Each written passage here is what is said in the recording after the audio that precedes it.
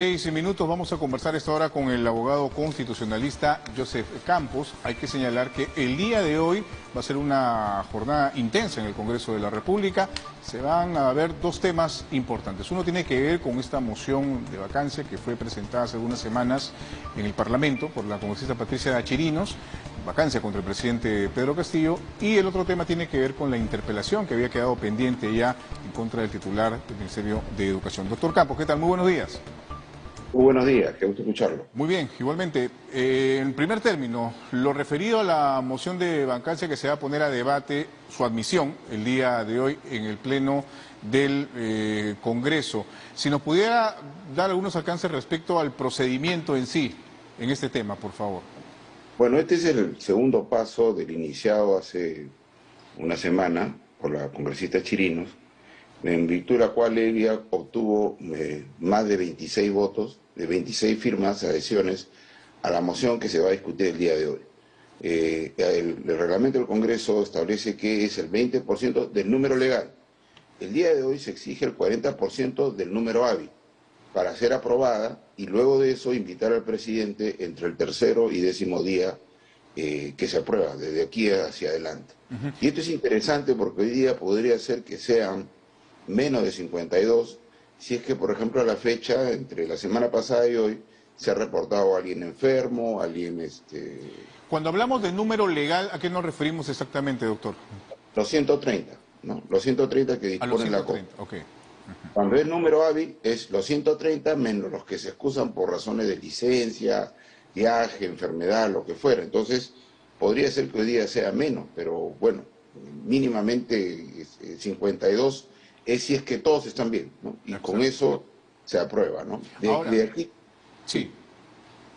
Sí, no, de aquí comienza un nuevo plazo, que es entre el tercer y 10º día a discutir. El Congreso propone una situación que no creo que ocurra en esta circunstancia, más aún después de lo que ha pasado el domingo, pero que en buena cuenta se refiere a que pudiera ocurrir que con 104 votos se pudiera convocar inmediatamente, ¿no?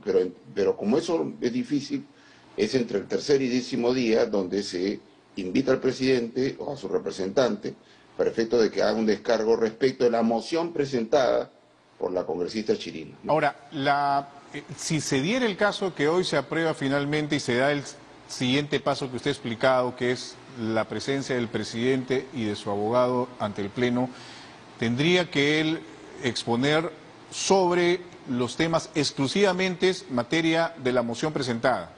¿Así es?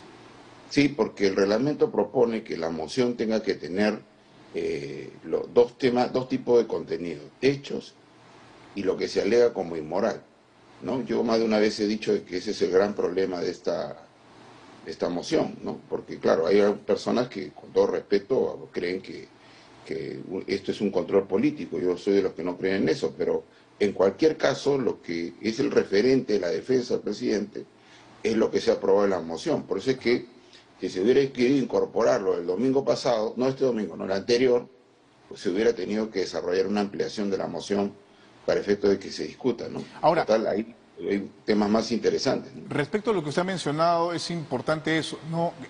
Según lo que usted señala, no considera que esto sea una especie de control político. Sin embargo, en el transcurso de los días, desde que se presentó esta moción de vacancia por parte de la señora Chirinos, se ha hablado mucho respecto a que el presidente debería ir al Congreso a explicar los temas o como una suerte de interpelación al presidente de la República, a la figura presidencial. ¿Esto es correcto? O sea, ¿es correcto ver esta situación tal cual, como si fuera una interpelación al presidente? Lo que pasa es que el propósito de las vacancias son diferentes, ¿no? O sea, en realidad yo sí creo que el problema del diseño constitucional es que en una interpretación no se le puede hacer nada al presidente. Yo sí creo que eso sería garantizar impunidad, pero el diseño de las vacancias están hechos para que sean básicamente constatadores. Muere, vaca; renuncia, vaca; se va sin permiso, vaca; Exacto. No regresa, vaca. Todo eso está diseñado para, está hemipléjico, vaca. Por eso es que la discusión en torno a este tema. Pero independientemente de esa observación, yo debo reconocer que el proceso político que reconocemos hoy incluye la sucesión hecha desde la vacancia de Vizcarra. O sea, el presidente Castillo es presidente sucediendo al presidente Sagasti, Sagasti a Merino y Merino a Vizcarra. Entonces, en buena cuenta, tal como está diseñado, con la cual yo no estoy básicamente de acuerdo, pero es una opinión básicamente, el punto es que la sucesión presidencial que rige el proceso democrático peruano incluye esto. Entonces, el tema está en que el reglamento dice que una vez que aprueba, va, ¿no? No necesariamente se le va a aprobar, entonces va a tener que hablar.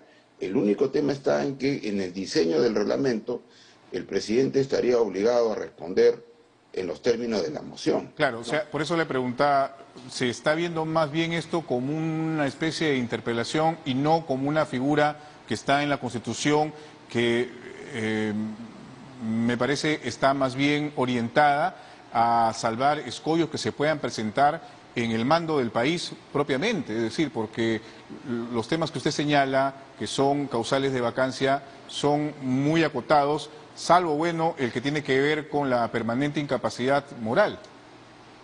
Yo creo que debería hacerse una línea interpretativa, que el tribunal podría acotarlo, para efecto de manejar supuestos de excepción y calibrados de juicios políticos.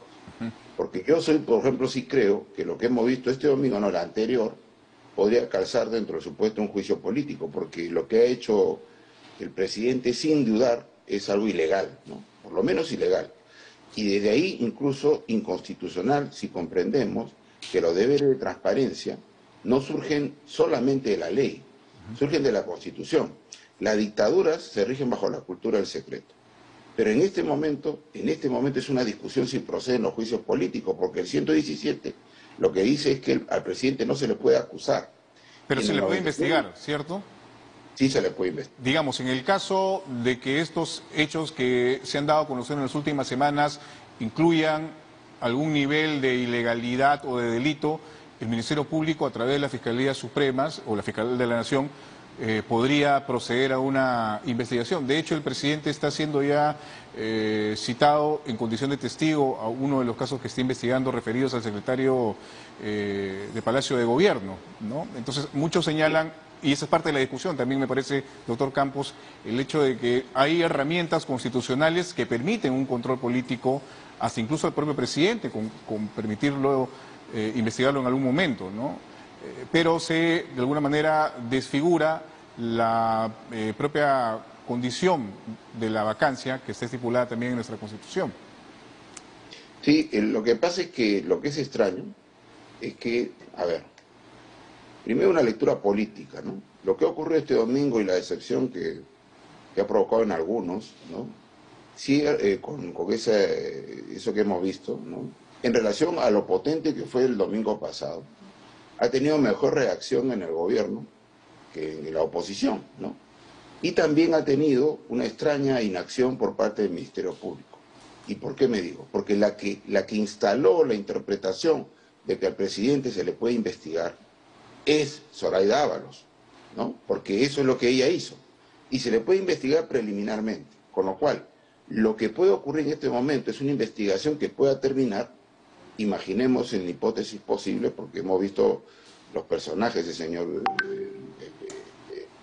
Villaverde, creo que se apellida, los proveedores del Estado que han estado en estas reuniones, en un momento determinado, si ya se hubiera iniciado la investigación en serio, que no ha ocurrido, entonces en este momento podrían estar hablando de, qué sé yo, colaboraciones eficaces. Y en esa circunstancia, ¿qué podría ocurrir? El control político indirecto a través de una situación inaceptable, insostenible para la gobernabilidad del presidente, por ejemplo, ¿no? Claro. Eso no ha ocurrido. Sí, se entiende perfectamente, ¿no? El tema también de la discusión sobre la figura de la vacancia presidencial por permanente incapacidad moral también tiene relación con eso, ¿no? Porque no es sino hasta hace unos 5 años, con una mayoría parlamentaria importante, absoluta, que se puso sobre el tapete el manejo de esta figura, ¿no? De sanción, digámoslo así, finalmente política. Y a partir de ahí, cada situación que ha involucrado a los expresidentes, desde Pedro Pablo Kuczynski hasta Castillo actualmente, pues se echa mano de esa figura, cosa que no pasaba o no se podía imaginar en realidad en gobiernos anteriores, ¿no? Y han pasado varios, Toledo, García, Humala, en fin, ¿no? O sea, hay una necesidad de una discusión alturada, clara y consecuente respecto a esta figura para un gobernamiento adecuado de nuestra democracia, de nuestro sistema democrático. Absolutamente, porque además, miren, a veces uno dice que aquí el peruano olvida, ¿no? Y realmente no es así. Como bien usted ha señalado, la mayoría irresponsable del quinquenio anterior, que instaló esto como un arma política, ¿no? Fue sancionado, está claro, ¿no? O sea, la candidata que gobernaba esa bancada creo que ya tiene claro el mensaje, ¿no? O sea, el mensaje es que su irresponsabilidad nos llevó a un quinquenio para el olvido, con presidentes, con múltiples presidentes en un periodo. 5 presidentes de 5 años. 5 presidentes en 5 años, es impresionante. Entonces, esto fue parte del debate en la Asamblea Constituyente. Mire, a la primera persona que le pusieron esto, y no se destaca, fue en el año 92 al presidente Fujimori. El Congreso, que se estaba cerrando por la vía de los hechos, lo declara incapaz moralmente por el acto del golpe militar. Y fue parte de la discusión en el año 93 en que se dijo, esto ya no puede ocurrir, porque es desestabilizador, ¿no? Es desestabilizador esta interpretación de combinar moral con política. Porque en lo moral, todos tenemos un sentido de lo moral. Hay gente que habla de un sentido moral crítico y que es un moral universal. Y de hecho puede ser hasta subjetivo. Completamente y es subjetivo. Peligroso en realidad si es que a través de una figura de esta naturaleza se quiere finalmente establecer los destinos del país o de la persona que esté ocupando el cargo en el sillón presidencial. Doctor Campos, se nos ha acabado el tiempo. Le agradezco muchísimo esta explicación que nos ha brindado y la